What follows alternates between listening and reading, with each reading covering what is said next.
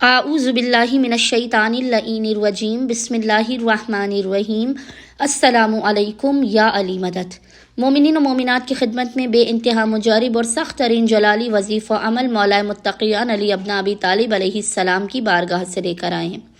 جناب امیر علیہ السلام کا یہ اس قدر مجرب ترین وظیفہ عمل ہے کہ جب آپ کے ہر دروازے بند ہو چکے ہوں، آپ کی کوئی حاجات قبول و مقبول نہ ہو رہی ہوں، آپ ہر طرف سے اندھیرے اور پریشانی کا شکار ہوں، دعائیں مانگ مانگ کے وظیفے کر کر کے تھک چکے ہوں، تو مومنین ایک مرتبہ اس جلالی ترین وظیفہ عمل کو لازماً کریں۔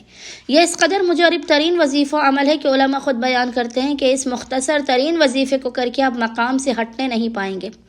آپ کی حاجت آپ کے دل سے آپ کی زبان پر نہیں آنے پائے گی کہ خداوند متعال صدقہ جناب امیر علیہ السلام آپ کو بامراد کر دے گا، اس قدر عطا کرے گا جو آپ کے وہم و گمان میں بھی نہ ہوگا۔ مومنین کے آگے جب مشکلات کے پہاڑ ہوں، حتیٰ کہ مشکلات کے پہاڑ ہوں، تب اس وقت مومنین اس وظیفے و عمل کو کریں۔ جب کوئی دعا، کوئی حاجت، کوئی عمل، کوئی وظیفہ، کوئی ذکر کام نہ کر رہا ہو، آپ اس وظیفے و عمل کو کریں۔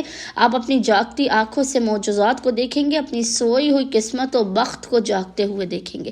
رزق حلال و کثیر عطا ہوگا۔ مومنین کسی بھی قسم کی ناممکن ترین حاجت کی قبولیت کے لیے، کیسی بھی حاجت ہو، آپ اس عمل خاص کو کریں، دنیا و آخرت کے خزانے آپ کے قدموں میں ہوں گے۔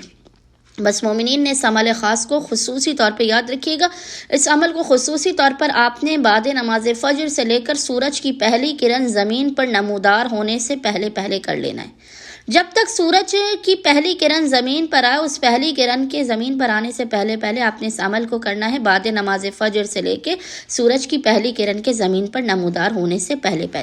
بس مومنین نے کرنا یہ ہے کہ عمل کرنے سے پہلے آپ نے باوضو ہونا ہے، اور باوضو ہونے کے بعد آپ نے زیر آسمان کھڑے ہونا ہے۔